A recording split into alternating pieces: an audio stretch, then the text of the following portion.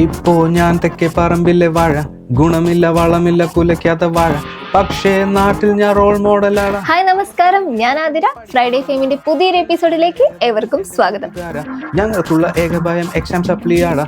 Exam ഒന്ന് അടുത്താൽ മൊത്തം പടുത്താടാ. എന്നിട്ടും തല നിറയെ സപ്ലി ഭാരമാടാ. പുസ്തകങ്ങൾ എടുത്തു കാന പിന്നെ മറിച്ച്. ഈ ആഴ്ചയും സംഗീത വിശേഷങ്ങളുമായി നമ്മോടൊപ്പം ഉള്ളത് ജാക്സൺ വിജയനാണ്. ചേട്ടാ, വെൽക്കം ടു ഫ്രൈഡേ ഫെയിം. ചേട്ടാ, ട്രാൻസിന്റെ ബിജിഎം സൈഡ് ഒന്ന് എക്സ്പ്ലെയിൻ ചെയ്യാമോ? സോങ്സ് പോലെ തന്നെ നമ്മൾ വർക്ക് ചെയ്തൊരു ഭാഗമാണ്. ഒരുപാട് റീൽസും നമുക്ക് കാര്യങ്ങളുണ്ട്. ഷൂട്ടൊക്കെ കഴിഞ്ഞ് നമുക്ക് തന്നത് വെച്ചിട്ട് ഞാൻ അതിൻ്റെ ഫസ്റ്റ് ഹാഫ് എനിക്ക് തോന്നുന്നു മൊത്തം ഓൾമോസ്റ്റ് കഴിഞ്ഞു. അപ്പോഴത്തേക്കാണ് സുഷിനും വരുന്നത്, ജോയിൻ ചെയ്യുന്നത്. അപ്പോൾ പിന്നുള്ളതിൽ സുഷിനും ഉണ്ടായിരുന്നു. അപ്പോൾ ഞാനും സുഷിനും കൂടെയും ഷെയർ ചെയ്തിട്ടാണ് കുറേ സീൻസ് ചെയ്തിട്ടുള്ളത്.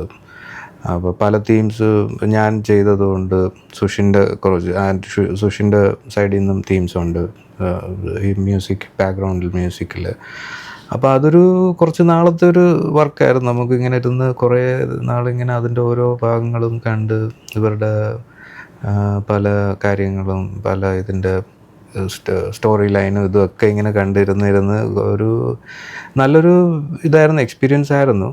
ഈ ചിത്രത്തിൽ നോക്കുകയാണെങ്കിൽ നസ്രയുടെ ഇൻട്രോ എന്ന് പറഞ്ഞൊരു വെറൈറ്റി ആയിരുന്നല്ലോ.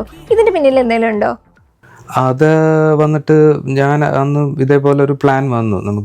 ഇതിൻ്റെ എന്തോ സിനിമയിൽ ആക്ച്വലി നസ്രയുടെ ഇൻട്രൊഡക്ഷൻ എന്നുള്ളൊരു തീം എന്നൊക്കെ പറഞ്ഞപ്പം അന്ന് എന്തോ ഇങ്ങനെ പറഞ്ഞു വന്നപ്പോഴത്തേക്കാണ് അതൊരു വേറൊരു ടൈപ്പ് ഓഫ് ക്യാരക്ടർ. അപ്പം നമുക്ക് പെട്ടെന്നൊരു ഹിന്ദി കുറച്ച് ചെയ്താലോ എന്ന് തോന്നിയിട്ടെങ്ങാണ്ടാണ് അന്ന് വർക്ക് ചെയ്തത്. അപ്പം ഹിന്ദിയിൽ ഇങ്ങനത്തെ വരികളും ഇതിനെല്ലാം കുറച്ച് നമ്മൾ ഡിസ്കഷൻസൊക്കെ ഉണ്ട്.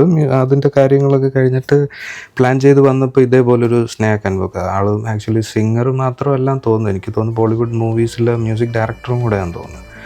അപ്പം അങ്ങനെ ഞാനൊക്കെ നമ്മൾ പ്രൊഡക്ഷനിൽ നിന്നൊക്കെ സംസാരിച്ചു, ഞാനും വിളിച്ച് സംസാരിച്ചു. അപ്പം ആൾ ഇൻട്രസ്റ്റഡ് ആയിരുന്നു നമ്മുടെ മലയാളത്തിലാണേലും ബട്ട് ഹിന്ദിയിൽ ആൾ ഇൻട്രസ്റ്റഡ് ആണെന്ന് പറഞ്ഞു. അങ്ങനെ പാടിയതാണ്. ഇപ്പം നമ്മൾ ചേട്ടൻ്റെ ഫാമിലി നോക്കുകയാണെങ്കിലും അച്ഛനാണെങ്കിലും ബ്രദർ ആണെങ്കിലും എല്ലാവരും ഒരു മ്യൂസിക്കൽ ഫീൽഡിലാണ്. അപ്പോൾ ചേട്ടന് എപ്പോഴാണ് മ്യൂസിക്കാണ് എൻ്റെ പ്രൊഫഷൻ എന്ന് തോന്നിയത്? അത് എപ്പോഴായിരുന്നു? അത് ആക്ച്വലി കുറേ നാൾ ഇതേപോലെ ഇപ്പം ചേട്ടനും അച്ഛനും ഒക്കെ പണ്ട് ഇതേപോലെ തന്നെ വീട്ടിലെപ്പോഴും മ്യൂസിക്, അല്ലെങ്കിൽ ചേട്ടൻ എപ്പോഴും ഗിറ്റാർ വായിച്ചുകൊണ്ടിരിക്കുക, അല്ലെങ്കിൽ ഞാൻ കീബോർഡ്. ഇതിപ്പം ഡെയിലി വീട്ടിലൊരു കാര്യം പോലെയാണ്. അപ്പം എനിക്ക് അപ്പോൾ എന്നാണെന്ന് കൃത്യമായിട്ട് അറിയില്ല. ഗ്രാജുവലി ഇങ്ങനെ അതിൻ്റെ ഒരു ഇതിൽ ഞാനിങ്ങനെ വന്നു. പിന്നെ എനിക്ക് പറഞ്ഞ പോലെ തന്നെ മിക്സിങ് മാസ്റ്ററിങ്ങോ അല്ലെങ്കിൽ റെക്കോർഡിങ് ഇതിൻ്റെ കാര്യങ്ങളൊക്കെ കുറച്ച് മനസ്സിലാക്കി അതിൻ്റെ കാര്യങ്ങളിലേക്കൊക്കെ കുറച്ച് ചെയ്ത് തുടങ്ങിയായിരുന്നു. അപ്പോൾ കുറേ ഇതേപോലെ ഞാൻ പറഞ്ഞ പോലെ കുറേ വർക്ക്സ് കുറേ പേരുടെ ചെയ്തപ്പോഴത്തേക്കാണ് അത് കുറച്ചും കൂടെ എനിക്ക് മ്യൂസിക്കും കൂടെ അന്ന് പണ്ട് എന്ന് വെച്ചാൽ വായിച്ചതോ അങ്ങനത്തെ കാര്യങ്ങളൊക്കെ കുറച്ചുകൂടെ മാറ്റി മാറ്റി വായിച്ച് അതിൻ്റെ ഒരു ഇമ്പ്രൂവൈസ്ഡോ അല്ലെങ്കിൽ ഒരു ഇൻട്രസ്റ്റിംഗ് ഇതായിട്ട് തോന്നി. ഞാൻ സാധാരണ എപ്പോഴും ഒറ്റയ്ക്ക് ഇരുന്നാണ് വർക്ക് ചെയ്യാറ്. പിന്നെ നമ്മൾ കഴിയുമ്പോഴായിരിക്കും ആരെങ്കിലുമൊക്കെ വന്ന് ഈ മ്യൂസിക്കലി നമ്മൾ കേൾക്കുന്നതോ അല്ലെങ്കിൽ സീനുണ്ടെങ്കിൽ അത് കാണുകയും ചെയ്യും. അപ്പം അങ്ങനെ ചെയ്ത് എനിക്കൊരു തന്നെ വന്നതാണ്. പക്ഷേ എക്സാക്ട്ലി എന്നാണെന്ന് അറിയില്ല. ഈ ഫീൽഡിൽ ചേട്ടനെ സ്വാധീനിച്ചിട്ടുള്ള മ്യൂസിക് കമ്പോസേഴ്സ് ആരൊക്കെയാണ്? മ്യൂസിക്കലി എനിക്കിഷ്ടമുള്ള ഒരുപാട് ഇൻസ്പിറേഷൻസ് ഒരുപാട് കിട്ടുന്ന ഒരുപാട് ആർട്ടിസ്റ്റുകളുണ്ട്. ആക്ച്വലി ഈ പറഞ്ഞ ഇൻ്റർനാഷണൽ ആർട്ടിസ്റ്റ് ഒരുപാടുണ്ട്. എനിക്ക് പേരെടുത്ത് ഇപ്പോൾ പറയാനാണെങ്കിൽ പെട്ടെന്ന് ഓർമ്മ വരുന്നില്ല. പക്ഷേ കുറേ ബാൻഡ്സ് ഉണ്ട്, മ്യൂസിക് ബാൻഡ്സ് ഉണ്ട്, rock to any world music, അല്ലെങ്കിൽ ഒരുപാട് ടൈപ്പ് ഓഫ് മ്യൂസിക് ജോണറിൽ ഞാൻ ഒരുപാട് പേരുടെ കേൾക്കാറുണ്ട്. പിന്നെ നമ്മുടെ ഇവിടെ ഇന്ത്യയിലും ഇതേപോലെ തന്നെ പലരും കേൾക്കാറുണ്ട്. ചേട്ടാ, അങ്ങനെ നോക്കുകയാണെങ്കിൽ മലയാളം ഫിലിം ഇൻഡസ്ട്രിയിൽ ആരെങ്കിലും ഉണ്ടോ?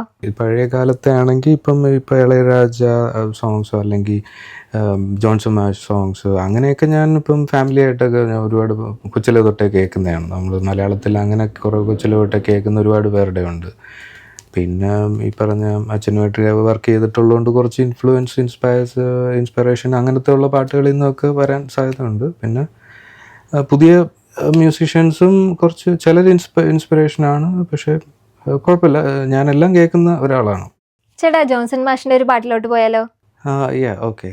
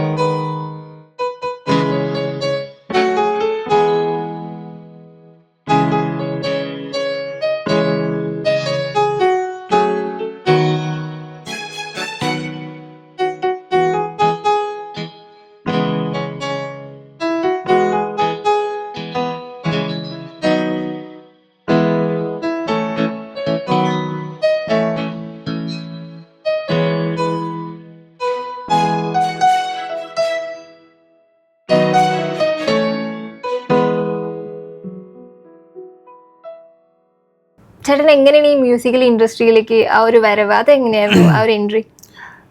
ഞാൻ ആക്ച്വലി എനിക്ക് പണ്ടേ ഈ പറഞ്ഞ സൗണ്ട്, ഈ റെക്കോർഡിങ്ങും ഇതിൻ്റെ പ്രൊഡക്ഷൻ ഈ സൈഡ് കുറച്ച് ഇൻട്രസ്റ്റിംഗ് ആയിട്ട് പണ്ടേ തോന്നാറുണ്ട്. പിന്നെ മ്യൂസിക് ഞാൻ പണ്ടേ ഇതേപോലെ കീബോർഡ് വായിക്കും, കുറച്ച് ഗിറ്റാർ കൊച്ചിലേ തൊട്ടേ ഇങ്ങനെ ഇതൊക്കെ ചെയ്യുമായിരുന്നു. അപ്പം വീട്ടിൽ തന്നെ ഇതൊക്കെ ചെയ്യുമായിരുന്നു. അപ്പം അങ്ങനെ കുറച്ച് നാൾ കഴിഞ്ഞപ്പോൾ ഇതിൻ്റെ കുറേ കാര്യങ്ങൾ എനിക്ക് കുറച്ച് ഇൻട്രസ്റ്റിംഗ് ആയിട്ട് വന്നു. ഞാൻ പിന്നെ കുറച്ച് അതിൻ്റെ കാര്യങ്ങളൊക്കെ ഒന്ന് നോക്കി. പിന്നെ അങ്ങനെ പലരുടെയും ഇതേപോലെ ആഡ് ഫിലിംസ്, ഷോർട്ട് ഫിലിംസ്, അങ്ങനെ ഒരു കാലത്ത് അങ്ങനെ കുറേ പേരുമായിട്ട് വർക്ക് ചെയ്തിട്ടുണ്ടായിരുന്നു. അപ്പം അവരുടെ കുറേ പ്രൊജക്ട്സ് ഒക്കെ ചെയ്തിട്ടുണ്ട്. അപ്പോൾ അതിൽ ഷോർട്ട് ഫിലിംസിൽ പണ്ടേ ചെയ്യുമ്പോൾ ഈ സോങ്സ് ഒക്കെ വരും.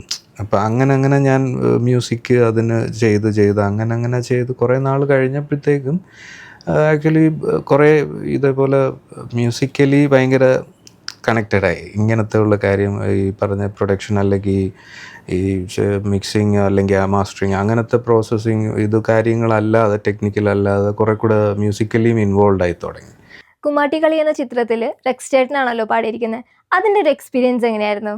സോങ്ങിന് ഞാൻ കമ്പോസിങ് ചെയ്ത് എന്നിട്ട് റെക്സ് ചേട്ടനാണ് പാടിയേക്കുന്നത്. അപ്പം ആളെ കൊണ്ടത് കുറച്ച് ദിവസം എടുത്തു അതിൻ്റെ വർക്കുകൾ ഒന്ന് ശരിയായി വരാൻ. പിന്നെ ചേട്ടൻ പാടി, നേഹയും പാടി, നേഹേൻ്റെയും. പിന്നെ അത് കുറച്ച് എന്താ പറയുക, പ്രത്യേകിച്ച് അങ്ങനെ ഒരു ഇതില്ലായിരുന്നു. നമ്മൾ പെട്ടെന്ന് വർക്ക് ചെയ്ത്, കാരണം ആ സമയത്ത് മറ്റൊരു പ്രോജക്റ്റും കൂടെ ചെറുതായിട്ടൊന്ന് ചെറിയൊരു ഇതുണ്ടായിരുന്നു, തിരക്കുണ്ടായിരുന്നു. അപ്പം അത് കാരണം അങ്ങോട്ടും ഇങ്ങോട്ടും കൂടെ ഒരു ചെറിയ ഇതായിരുന്നു, കുറച്ച് ബഹളമൊക്കെ ആയിരുന്നു. മൊത്തത്തിൽ ഞാൻ ഇച്ചിരി ധൃതി പിടിച്ചുള്ളൊരു ഇതായിരുന്നു. പക്ഷേ അങ്ങനെ നമ്മൾ അത്ര ഇതല്ല, നമ്മൾ സമയം എടുത്തു, എല്ലാം സമയം എടുത്ത് മാറി തിരിഞ്ഞും അങ്ങനെ ടൈം എടുത്തു. പക്ഷേ പറയുമ്പോഴത്തേക്ക് നമുക്ക് ചെറിയൊരു ധൃതി പോലെ തോന്നും. പിന്നെ അത് സോങ് നല്ല ഇതായിട്ടാണ് ചേട്ടൻ പാടിയതും ഒക്കെ. വളരെ നന്നായിട്ട് പാടുകയും ചെയ്തു. ചേട്ടന് എൻ്റെ അടുത്ത് ഇടയ്ക്ക് ഇങ്ങനെ പറയുകയും ചെയ്തു, ഞാൻ പാടണം ഇങ്ങനത്തെ ഒരു സോങ്, പുള്ളി വേറൊരു സ്റ്റൈൽ ഓഫ് സിംഗിങ് ഇതൊക്കെ. അപ്പോൾ ഞാൻ പാടൊന്ന് പാടിയേക്കാൻ പറഞ്ഞു. നേഹയും പാടി അയച്ചു. അപ്പം എനിക്കും പക്ഷേ ഭയങ്കരമായിട്ട് ഇഷ്ടപ്പെട്ടു അവരുടെ രണ്ടുപേരുടെ ഒരു കോമ്പിനേഷനൊക്കെ വന്നപ്പോഴും. കണ്ണിൽ നീയേ കിനാവായി നീയേ നെഞ്ചൻ വാനിൽ. ഡയറക്ഷൻ ചെയ്തത് പുള്ളി വിജയ് ഫിലിംസ്, തമിഴിൽ നിന്നാണ് ആക്ച്വലി. പുള്ളിയാണ് ഡയറക്ഷൻ. സെൽബ സാർ എന്ന് പറയുന്നത്. പുള്ളി ആക്ച്വലി വിജയ് ഫിലിംസ് ചെയ്തിട്ടുണ്ട്. പിന്നെ പുള്ളിയുടെ ഫസ്റ്റ് മലയാളം സിനിമ ആയിരുന്നു. അപ്പം നമുക്ക് അങ്ങനെയും കുറച്ച് കാര്യങ്ങളുണ്ട്. മൊത്തം തമിഴിലൊക്കെ ആയിരുന്നു സംസാരം. ഞാനും ഭയങ്കര തമിഴൊന്നും അതിന് അതർ ലാംഗ്വേജസിൽ അത്ര ഇതല്ല, പക്ഷെ കൊഞ്ചം ഇങ്ങനെ സംസാരിച്ചു. ചേട്ടനൊരു തെലുങ്ക് ചിത്രത്തിൽ വർക്ക് ചെയ്തിട്ടുണ്ടായിരുന്നില്ലേ, അതിൻ്റെ ഒരു എക്സ്പീരിയൻസ് ഒന്ന് പറയാമോ? അതും ഇതേപോലെ തന്നെ തെലുങ്കിലാണേലും പലപ്പോഴും ഹിന്ദിയിലായിരിക്കും അവർ സംസാരിക്കുന്നത്. അല്ലെങ്കിൽ ഞാനും ഒട്ടും അത്രയ്ക്ക് അങ്ങോട്ട് അതർ ലാംഗ്വേജസ് ഇന്ത്യയിൽ നമ്മുടെ മലയാളം അല്ലാതെ ഇച്ചിരി ബുദ്ധിമുട്ടാണ്. ചിലപ്പോൾ എനിക്ക് പറയുമ്പോൾ ചിലപ്പോൾ മനസ്സിലാവും, പക്ഷേ ചിലപ്പോൾ തിരിച്ചു പറയുമ്പോഴത്തേക്കൊക്കെ മൊത്തവും ഇംഗ്ലീഷിലായി പോകും അല്ലെങ്കിൽ മലയാളത്തിലായി പോകും. അങ്ങനെ കുറച്ച് കൺഫ്യൂഷൻസ് ഒക്കെ ഉണ്ടായിട്ടുണ്ട്. അല്ലാതെ നമ്മൾ വർക്ക് രീതിയിലാണെങ്കിൽ അതിലും സോങ്സ് ഉണ്ട്. അത് അവിടുത്തെ റൈറ്റേഴ്സ് എഴുതിയ സോങ്സാണ്. പിന്നെ ഞാൻ ഇവിടെ ഇരുന്ന് തന്നെയാണ് ഞാൻ ചെയ്തത്. ഞാൻ അങ്ങോട്ട് പോയൊന്നുമില്ല. അപ്പം അവർ വിളിച്ചിട്ടൊക്കെ ഉണ്ട്. ഞാൻ എന്നാലും ഇവിടെ ഇരുന്ന് ഞാൻ സാറിന് ചെയ്യാറ്. അതിൻ്റെ ഡയറക്ടർ ബാബ PR എന്ന് പറയും. പുള്ളി വേറെ ഫിലിംസും ഒക്കെ അവിടെ ചെയ്തിട്ടുണ്ട്. പക്ഷേ പുള്ളിയുടെ ഇതിൻ്റെ പേര് ഞാൻ ചെയ്തതിൻ്റെ അഷ്ടദിക് ബന്ധനം എന്നാണ്. അപ്പോൾ അത് അതിൻ്റെ ഒരു കോൺസെപ്റ്റ് എന്തോ പുള്ളി അത് അന്ന് എനിക്ക് കുറേ എക്സ്പ്ലെയിൻ ചെയ്ത് തന്നു. അതിൻ്റെ ഇത് നമ്മുടെ മലയാളത്തിൽ പറ്റാത്തതുകൊണ്ട് പുള്ളി കുറേ ഇംഗ്ലീഷിൽ ഒക്കെ ആയിരിക്കും എനിക്ക് ട്രാൻസ്ലേറ്റ് ചെയ്തൊക്കെ തരുന്നത്. അതിലും സോങ്സ് ഉണ്ട്. അതിൽ എത്ര സോങ്സ് ആയിരുന്നു? 2-3 സോങ്സ് ഉണ്ട്. ഒന്ന് വിൻറ്റുന്നാവ എന്ന് പറഞ്ഞ അവരുടെ ലാംഗ്വേജ്, ഞാൻ ലിറിക്ക് അന്ന് ട്രാക്കൊക്കെ പാടാൻ കുറച്ച് പാടുപെട്ടു. അവരുടെ ലിറിക്സ് ഞാൻ ഇംഗ്ലീഷിലൊക്കെ എഴുതിയിട്ടൊക്കെ പാടി. പക്ഷേ അവരുടെ പ്രൊനൗൺസിയേഷൻ കിട്ടാൻ, അവരുടെ ഒരു സ്റ്റൈല്, ഇപ്പം ഞാൻ ജസ്റ്റ് കമ്പോസ് ചെയ്ത വഴിക്ക് പാടാനായിട്ട് ഈ സോങ്സൊക്കെ ഞാൻ ഒരു പ്രാവശ്യം പാടിയിട്ടാണ് പിന്നെ സിംഗേഴ്സ് ചെയ്യുന്നത്. അപ്പം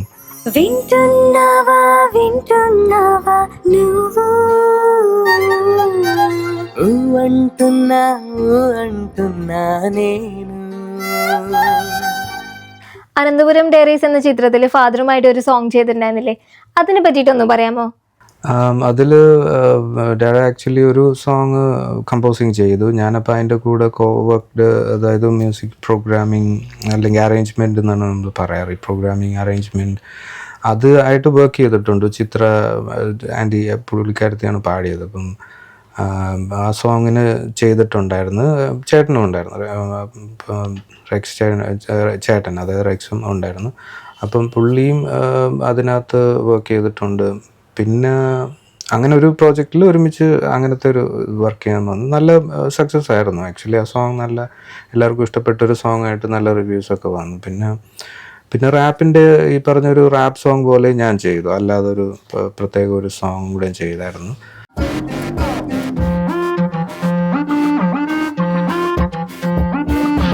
ഇപ്പോ ഞാൻ തെക്കേ പറമ്പിലെ വാഴ, ഗുണമില്ല വളമില്ല കുലയ്ക്കാത്ത വാഴ, പക്ഷേ നാട്ടിൽ ഞാൻ റോൾ മോഡലാടാ.